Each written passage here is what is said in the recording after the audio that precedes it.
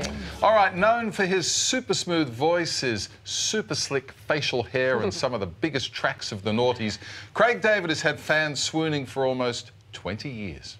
It was the year 2000. Craig David was just 19 years of age and already topping the charts. Saying, why were you creeping round late last night? But I see two shadows moving in your bedroom. His first album, Born to Do It, made the R&B artist a global superstar. We were making love by Wednesday, and on Thursday and Friday and Saturday. Songs like 7 Days, Walking Away, I'm walking away from the troubles in my life. and What's Your Flavor, cementing him as a fan favorite for decades to come. Oh yeah, it's definitely our jam. Now the man himself joins us in the studio ahead of his Aussie tour. Good morning, Craig. Good morning. How are you both? Good to see you, man. Good, great to see you. Welcome back Down Under. Now, your first album, Born to Do It, went 4 times platinum here, and you've toured the country quite a few times. We were talking just before. Is it 10 times you've been here or 5 times? What was it? I think it's been like, it feels like 10. It feels like 10? It feels like, do you know what? It's just like, the Australians like welcome me every time with open arms. It's just when I look back at those songs, which I mean we're talking like 2000 when I released the first album. Yeah.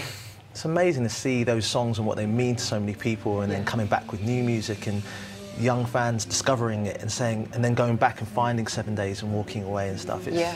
I'm very grateful. It's wonderful. Hey, you don't only have plenty of fans here in Australia, you've got some pretty famous ones too, like Beyonce, you know, can't stop raving about you. And Elton John, of course, one of your biggest supporters. Elton John actually said, if there's a better singer in England than Craig David, then I am Margaret Thatcher. I love that. He went all out.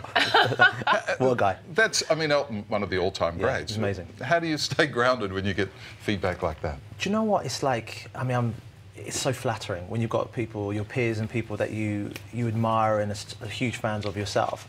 And like, I mean, I remember like my first tour, Beyonce came out and watched me perform, and I'm looking up and thinking, is this Beyonce? Or Elton John saying something like that at the Brit Awards, which is unbelievable for a young kid who's coming out and just wants to kind of sing some songs, and yet people are being impacted it, and that kind of just inspired me and motivated me just to keep making songs, keep enjoying it. Yeah. Well, they're music royalty, aren't they? It's not just music royalty, it's actual royalty, because Prince William had a bit of a fanboy moment with you. What happened there?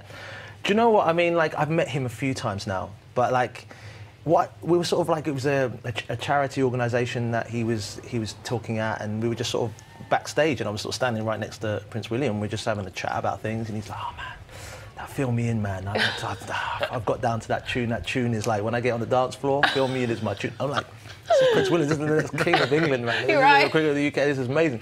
So like, it's moments like that that you just like, it still blows me away. You never know when you're gonna like bump into someone and something sort of crazy happens like that. Yeah. You have fans in high places. We also hear that one of your favourite movies is Willy Wonka and the Chocolate Factory. Now, is it true that you planned an album release on the same day as Charlie got his golden ticket?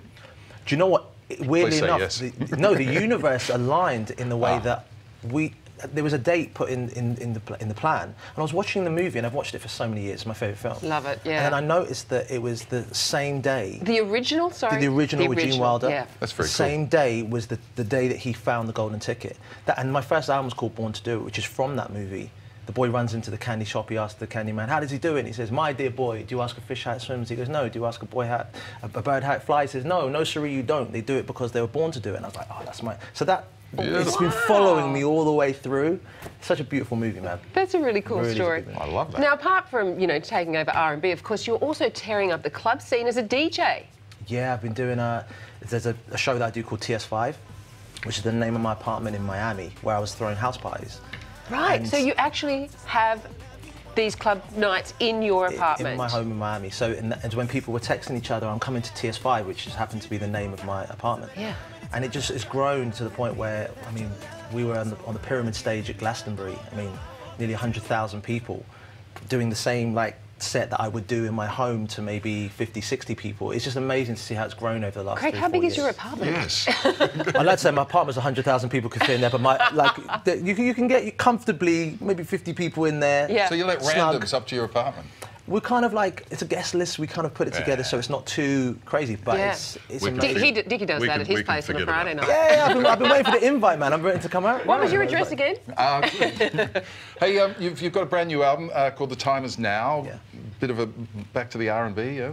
Yeah, I mean, the great thing over the last couple of years is that the new album, Time Is Now, the album Follow My Intuition, which was a year before, to see so many young fans discover the music has been like incredible, because they're finding this music and they'll hear the song more recently with Bastille called I Know You, and they'd be like, wow, who's this guy called Craig David? They're discovering it, and then they're going back and finding all the earlier stuff. Yeah, so right. it's a good time, and I'm just very grateful for all the love that I'm seeing. You know, it's like I feel like the kid, like Charlie, who's got the golden ticket. Yeah. And I'm just running around, just like thinking, man, like I just want to make people happy. You know, the thing is with you, Craig, is that you have like Ellen DeGeneres kind of levels of likability. Right, but there's one thing I don't like. Well, it's, you know, it's very likeable. Likeable, yeah. Like a really nice guy, right? Yeah, thank you. But that's a good thing. You have not changed, and I dislike that because I have. He's a lovely fella. I know.